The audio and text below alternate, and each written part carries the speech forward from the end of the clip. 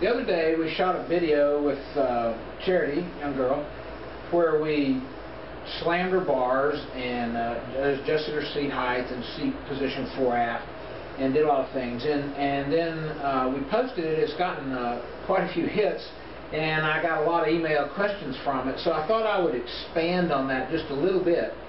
And then after I expand on this just a little bit, we're going to actually put her on a tri-bike and show the differences. But a lot of people really just don't know the difference between a road bike and a tri-bike. And so I thought, well, this would be a good chance to give a good example of that.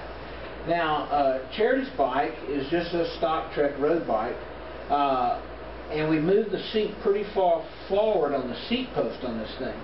And so we ended up with the seat, if you measure it to the center of here with it all the way forward, it's at 76 degrees. And that's pretty forward for a road bike. That's about as far as it goes. And on a tri-bike, what happens is that the manufacturers take this tube, the seat tube, and move it forward.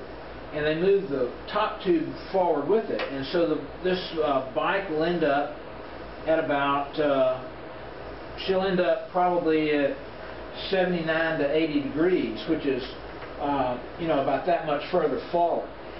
And the reason that you don't do that or want to do that very much is because you end up like riding a unicycle. You have all your weight forward on the bike, so when you go downhill real fast, the bike handles crazy. And so what happens is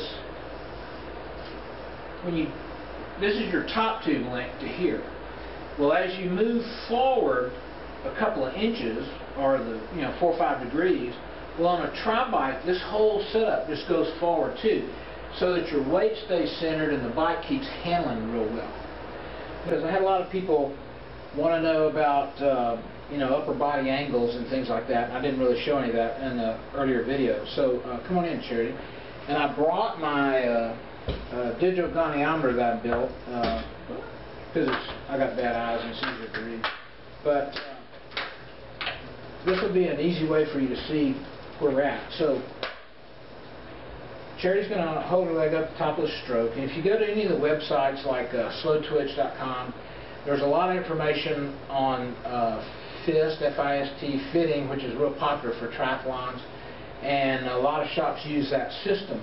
And it calls out a bunch of angles that you want to stay within. Now, Charity is easily below any of those angles because of her flexibility and taking advantage of that to get her back flat and make the aero drag real low. And so where we're at is if you go off her hip pivot point here to her knee pivot point and her shoulder point, she's at 40 degrees, so that would be 140 degrees if they all go by the included angle. So that's pretty low. Most people will actually be probably up in that range, so that would be a good bit higher. That would be like 52 or 53 degrees. But if you've got the flexibility and you're not doing an Ironman distance race, you sure ought to use it. Now pedal forward just a little bit. Okay, stop right there. Okay. And then the other thing is that your upper arm angle, they like to have this like at 90. Well, when she's really making power, she's going to be back on the aero bars with her pads more forward on her forearms, because that builds a lot more power. And in that situation, we are really pretty close to the 90-degree point. This is 85. So we're pretty close on that. And once again, the flexibility affects that kind of stuff. So, she's pretty good position-wise. She did go out and ride this bike a good bit for the last couple of days. Didn't come back and beat me up or anything. So now we're going to put her on a tri-bike and see how it goes. The good people at Quintana Roo have loaned me a couple of bikes of different sizes, and this is a Sedusa, which I think is a great value in a bike. So I brought this up here for Charity, and so what I've done is change the cranks, and I've gone to 165 millimeter long cranks. And then we've gone ahead and done some positioning work on her. I've got the cranks on this set at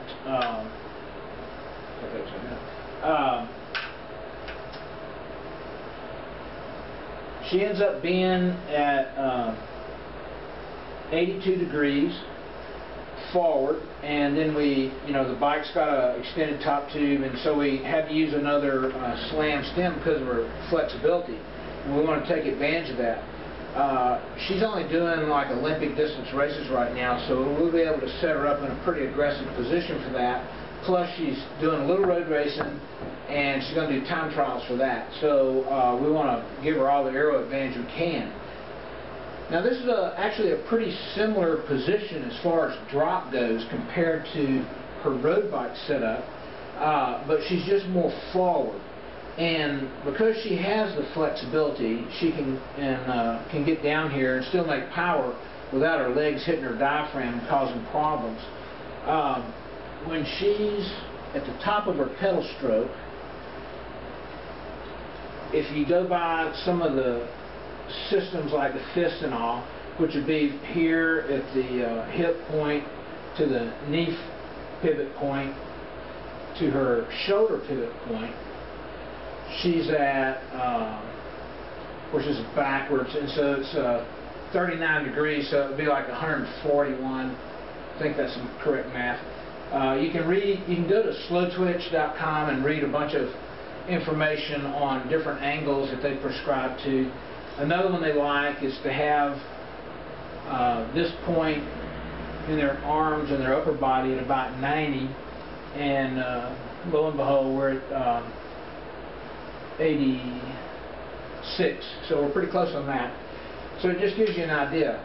Now we shortened her cranks from 172.5s to 165s, and that helps with this angle, because at the top of the stroke before, her leg would have been about this much higher, which starts impeding on your hip flexors. Let's go ahead and pedal for a second. I've got a little load on the computer, so do that. Now what will happen is as she's pedaling in real life, when she comes to a hill, she's going to choke back on the bars to build more leverage here, because you can make more power by having your elbow pads further forward. It's a little hard to do this on an Ironman race because it kills your forearms, but for short races it's a good thing, because on a road bike the elbow pads were hitting her knees and bruising those up. So but anyway, we've got that going pretty well, and we've got some pictures to show you of how our pubic bone is rolling over into the seat, and that way your sit bones are up off the seat, and it's pretty comfortable. And sure enough, a lot of us can't get in this position, but you can try and make the effort to go pretty low. And if you're doing anything from a half Ironman and shorter, this is a good direction to go to.